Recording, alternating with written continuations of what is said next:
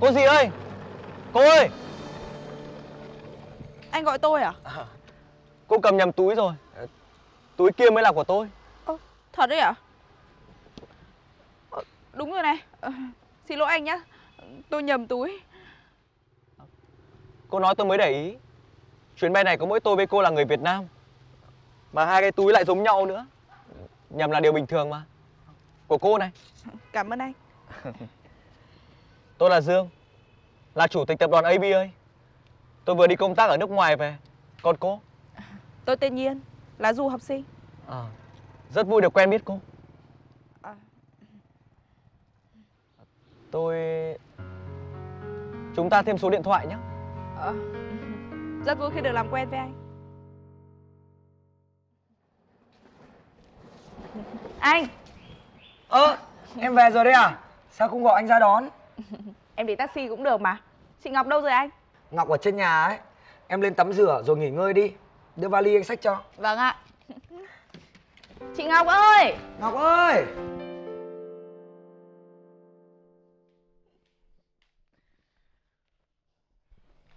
Nhiên này, Dạ? năm nay em về ở nhà lâu. Anh cũng nói chuyện này với em luôn. Vâng, anh nói đi. Chả là gia đình ta có một hôn ước. Hai bên gia đình đã định đoạt. Cho nên sắp tới anh sẽ sắp xếp cho em đi gặp một người có hôn ước với em. Cái gì cơ? Anh đùa em đấy à? Thời buổi nào rồi mà hôn với trả ước? Em không chấp nhận đâu. Em không còn nhỏ nữa. Phải tính đến chuyện lấy chồng rồi ổn định cuộc sống chứ. Không. Em không đồng ý đâu. Em còn chưa phát triển sự nghiệp của mình. Lấy chồng vào vướng bận đủ thứ. Thế hóa ra mấy năm qua em đi học là uổng phí à? Không được cãi lời anh. Anh chỉ muốn tốt cho em thôi. Người ta là chủ tịch, giàu có. Em gả vào nhà người ta, ăn sung mặc sướng. Còn phải lo gì chuyện sự nghiệp nữa. Anh buồn cười nhở? Đấy là suy nghĩ của anh thôi. Anh đừng có áp đặt em. Tính anh y như bố ạ. Không cãi nữa. Anh đã quyết rồi. Cứ thế mà làm. Hôn nhân là chuyện cả đời của em. Anh có quyền gì mà quyết định?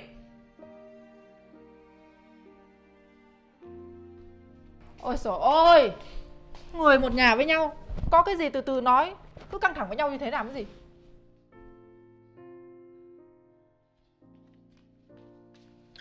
Thôi, anh cứ kệ con bé đi. Mà em vừa nghe loáng thoáng qua, tuy nhiên nó có hôn ước với nhà nào à anh?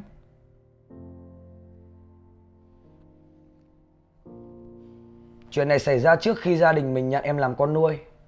Em không biết cũng phải thôi. Đây là tấm hình chụp chung của cậu bé kia và Nhiên hồi nhỏ. Gia đình cậu ta có ơn với gia đình nhà mình, nên bố mẹ hai bên đã hứa hôn với nhau. Hai bên gia đình cũng mất liên lạc lâu rồi. Bây giờ anh cũng chẳng biết cậu ta ra sao nữa. Ra là vậy. Anh, cậu ta giàu lắm à? Ừ. Thế mà cái Nhiên chẳng biết tốt xấu gì cả.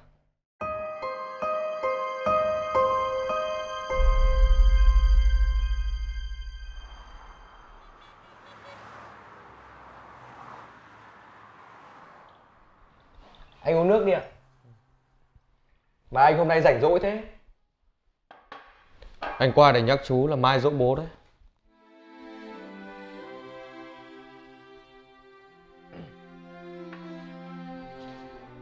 Mới đó mà nhanh thật đấy.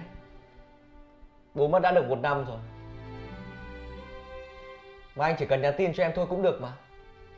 Đích thân đến đây làm gì cho mất công. Có một số chuyện anh muốn nói rõ với em để em chuẩn bị.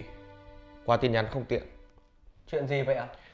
Gia đình ta có hứa hôn với một gia đình khác. Đó là chuyện lúc bố mẹ còn sống. Đáng nhẽ ra năm ngoái chúng ta phải chuẩn bị để đi xem mắt. Nhưng vì bố mất đột ngột nên chưa nói với em. Dạ? Như trong phim thế ạ? Thời này rồi mà vẫn có trò hôn nước đấy ạ? Mà nếu có thì giờ mình hủy cũng được mà anh. Nghiêm túc đi. Anh mày có vợ con rồi. Hôn nước này là của mày đấy. Thôi, em thấy nó cổ lỗ sĩ quá. Em không đi xem mắt đâu. Đấy là di nguyện của bố. Chú phải thực hiện. Nhưng mà em có người trong lòng rồi. Tóm lại là em không đi xem mắt đâu. Mà anh là con trai trưởng mà. Mai anh khấn mấy câu là bố sẽ hiểu thôi.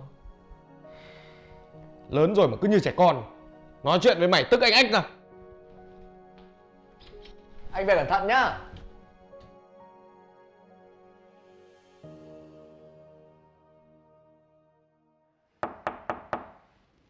Mời vào.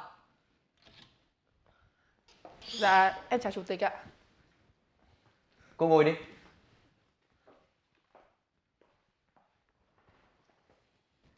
Tôi đã xem qua hồ sơ của cô rồi.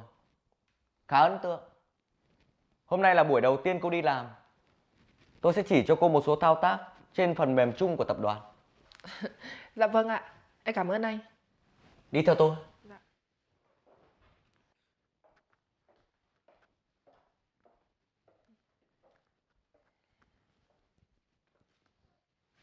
Đây nhá. Mục của cô sẽ là ở đây. Cô là trợ lý của tôi thì công việc chỉ vậy thôi. Tuyệt đối bảo mật. Dạ vâng, em biết rồi ạ.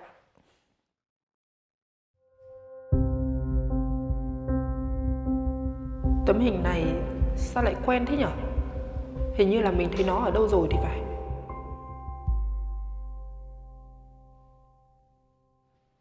Sao vậy? Cô đã hiểu chưa? À, dạ vâng, em hiểu rồi ạ. Chủ tịch, đây là con của anh ạ? Đây hả? Là tôi lúc nhỏ đấy. Thì ra là vậy ạ.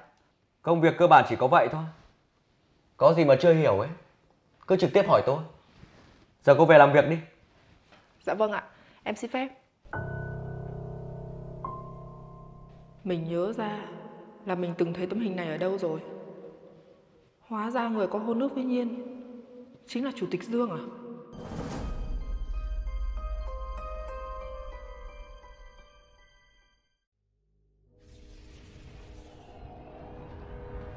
Anh là... Tôi là anh trai của Nhiên. À, thế ạ? Thế Nhiên đâu anh? Hôm nay em có hẹn với cô ấy cùng đi xem phim ạ. Thế à? Tôi nói cho cậu biết, cậu đừng qua lại với cái Nhiên nhà tôi nữa. Nó có hôn ước với người khác rồi, và cũng sắp phải lấy chồng nữa. Hôn nước ạ? Thời đại này rồi mà anh vẫn còn ép em gái của anh kết hôn theo kiểu đấy ạ? Nhiên nó là em gái của tôi. Tôi thay cha mẹ nuôi nó từ nhỏ đến lớn. Chuyện hôn nhân của nó là do tôi quyết định. Cậu biết điều thì đừng chĩa mũi vào chuyện của người khác.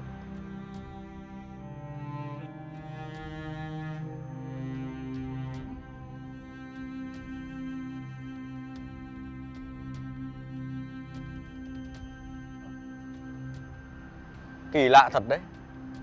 Không lẽ Nhiên chặn số mình à? Không được, mình phải nghĩ cách gì đó.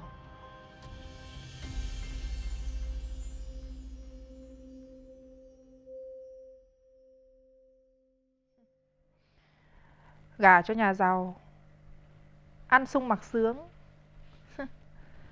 Hôn sự tốt như thế mà mày không muốn. Thế thì để tao. Bây giờ việc đầu tiên là phải lấy lòng anh Dương, khiến cho anh ấy yêu mình đã. Xong sau đó buộc anh ấy phải hủy hôn với cái Nhiên.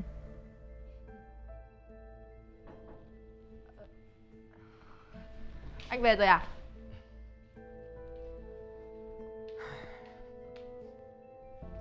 Nhiên đâu?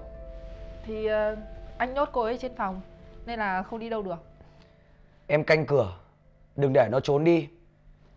Anh đang liên lạc với vị hôn phu của nó, chuẩn bị cho việc gặp mặt. Anh liên lạc được với người ta rồi à?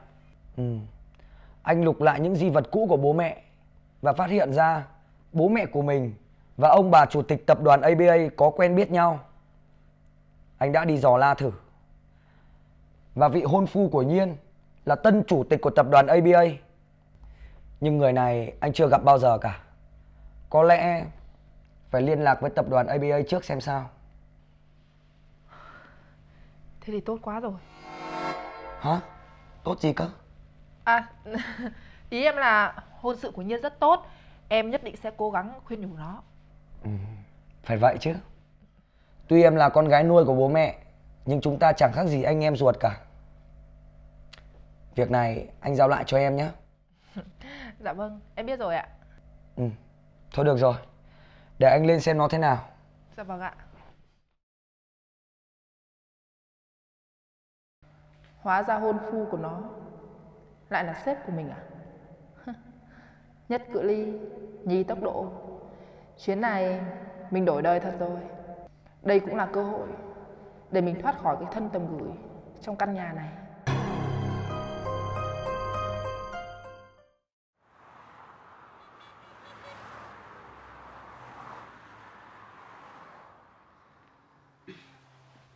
Sao lại không gọi được cho cô ấy nhỉ? Không biết giờ cô ấy ra sao nữa. Vào đi.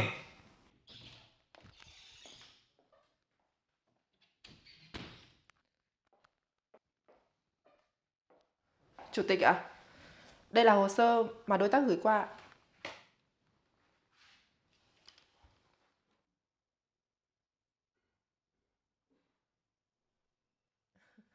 Dạ, thưa chủ tịch, anh quen với Nhiên ạ?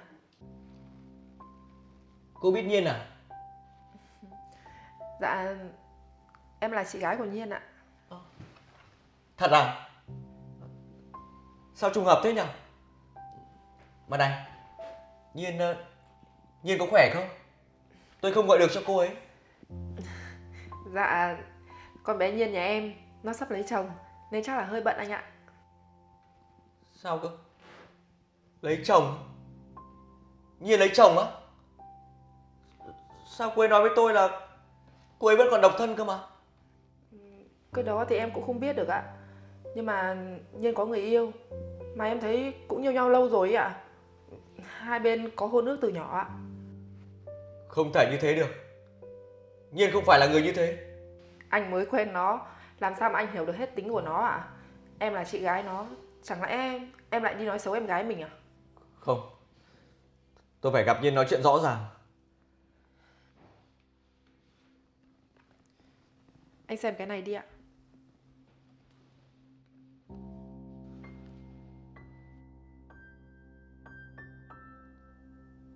Tấm ảnh này Có phải gia đình của anh đã có hôn ước với một gia đình khác không ạ?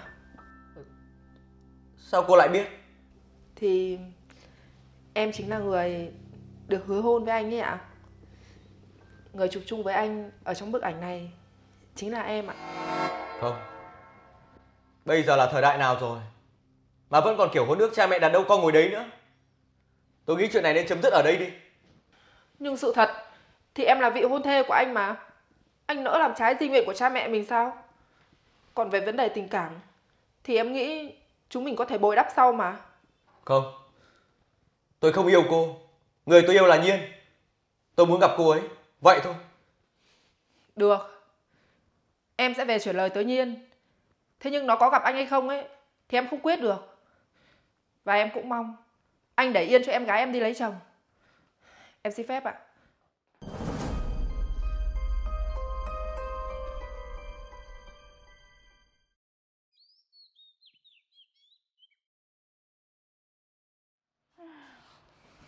Ăn gì chưa? Chị ạ, Làm cái gì mà buồn thế? có gì đâu ạ. Em chán anh trai chị thật đấy. Suốt ngày bắt em đi xem mắt thôi ạ. Thì anh cũng chỉ nghĩ cho mày thôi mà. Mà này, chị nói cho mày biết một tin nhá. Chị đang làm ở tập đoàn ABA, một tập đoàn rất là lớn. Hơn nữa, chủ tịch rất đẹp trai và tâm lý luôn. Tập đoàn ABA á? Có phải sếp của chị tên Dương à? Ừ. Anh ấy rất là tâm lý, mà còn đang thích chị đấy. Hả? Thích chị á? Ừ. Còn muốn lấy chị làm vợ nữa cơ. Không thể nào. Thế anh Dương có hỏi gì với em không chị? Hỏi em á? Không, chị có thấy hỏi gì đâu. Mà tại sao lại hỏi em nhỉ? Em với anh ấy đang quen nhau, mà anh Phương Anh lại... Trời ơi, bớt mơ mộng đi cô ạ. Người ta tốt với mình có một tí, thế mà đã bảo là quen nhau rồi. Không thể như thế được. Anh Dương từng nói với em là mẫu người lý tưởng mà anh ấy thích mà.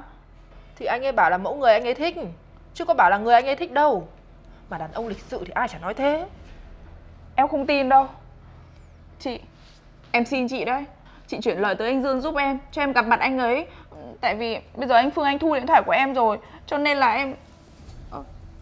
Xin lỗi em, chị không giúp được em đâu ạ. Thứ nhất, chị mà giúp em thì về anh Phương Anh mắng chị.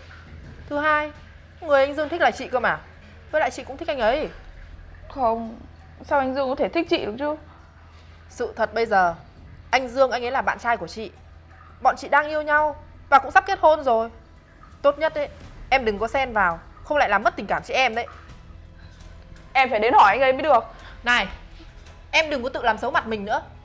Em mới gặp anh Dương có vài lần thôi, còn chị ngày nào cũng ở bên anh ấy. Bọn chị tâm đầu ý hợp thì đến với nhau thôi, có cái gì mà phải hỏi. Còn em nữa, em có hôn ước rồi thì yên phận đi, đừng có làm xấu mặt cái nhà này nữa. Không, anh Dương chắc chắn không phải là người như vậy. Mình có thể cảm nhận thấy là anh ấy thích mình mà. Mình phải tìm cách gặp anh ấy mới được.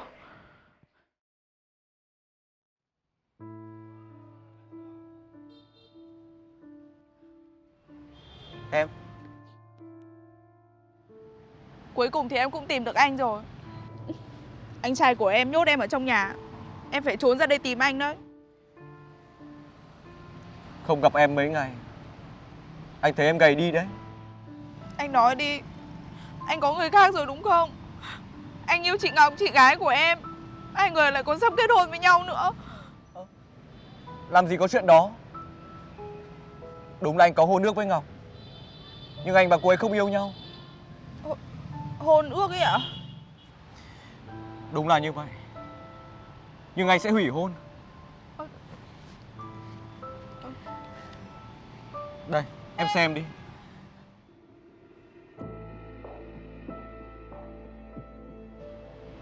Còn em cũng sắp lấy chồng rồi. Người đó và em có hôn ước từ nhỏ, lại còn yêu nhau từ nhỏ nữa, đúng không? Anh thật sự mong em hạnh phúc. Anh chỉ tiếc là anh không có cơ hội đem lại hạnh phúc cho em thôi. Không, em không lấy ai hết. Em cũng chẳng có người yêu nào cả. Anh Dương, người trong tấm hình này là em. Em còn có rất nhiều ảnh hồi nhỏ. Chị Ngọc nói dối đấy. Chị ấy chỉ là con nuôi của bố mẹ em thôi. Những gì em vừa nói là thật à?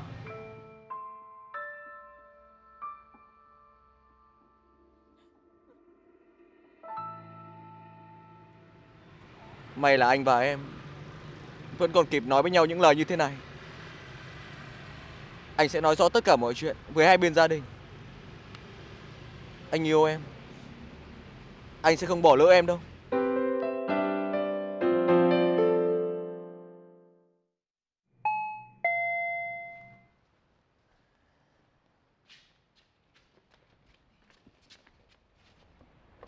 Ai cho cậu đến đây? Em chào anh ạ. Em là Dương, chủ tịch tập đoàn ABA. Gia đình em có hôn ước với gia đình mình ạ. Chủ tịch tập đoàn ABA. Mời cậu vào. Dạ.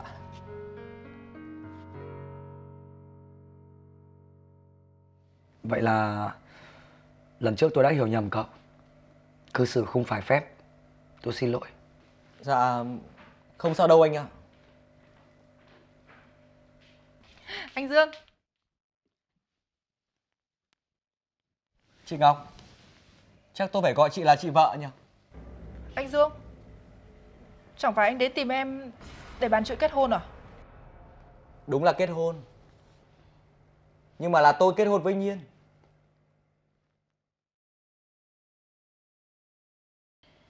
Chị Ngọc, em không hề có người yêu. Và chị cũng không hề có hôn ước với anh Dương. Tất cả là chị dựng lên để chia rẽ chúng tôi. Nếu hôm qua Nhiên không trốn ra khỏi nhà tìm tôi, thì có lẽ tôi và Nhiên đã bỏ lỡ nhau vì cô đấy. Chuyện này là sao? Là tôi làm đấy. Còn không phải là tại mày à? Mày luôn gặp may mắn. Mày sinh ra đã được ngậm thìa vàng, được gả cho chồng giàu và được anh Dương yêu thương. Còn tao sinh ra đã là một cô nhi rồi. Tao sống ở trong nhà này luôn phải nhìn sắc mặt người khác. Tao không cam tâm. Đúng là hết thuốc chữa. Từ ngày mai cô không cần phải đến tập đoàn nữa. Gia đình tôi cưu mang cô, cho cô ăn học đến nơi đến chốn. Bố mẹ tôi thương cô như con ruột, lại còn mua cho cô một căn chung cư nữa. Chưa đủ hay sao? Cái gì? Chung cư á? Đúng vậy. Tôi đang định giao sổ đỏ căn chung cư đó cho cô, nhưng tôi không ngờ chính cô là người phá hỏng hôn sự của em gái tôi. Xem ra cô không xứng đáng có nó. Anh Phương Anh, em biết lỗi rồi, em hứa. Muộn rồi. Cô dọn đồ rồi ra khỏi nhà tôi đi. Nhiên ơi, em nói giúp chị một câu với. Từ nhỏ đến lớn, bố mẹ luôn sợ chị chịu thiệt thòi, nên luôn dặn tôi phải nhường nhịn chị. Vậy mà chị đi đi. Từ bây giờ trở đi, chúng ta không còn là chị em nữa. Đi dọn đồ đi. Đi đi, trước khi tôi nổi giận.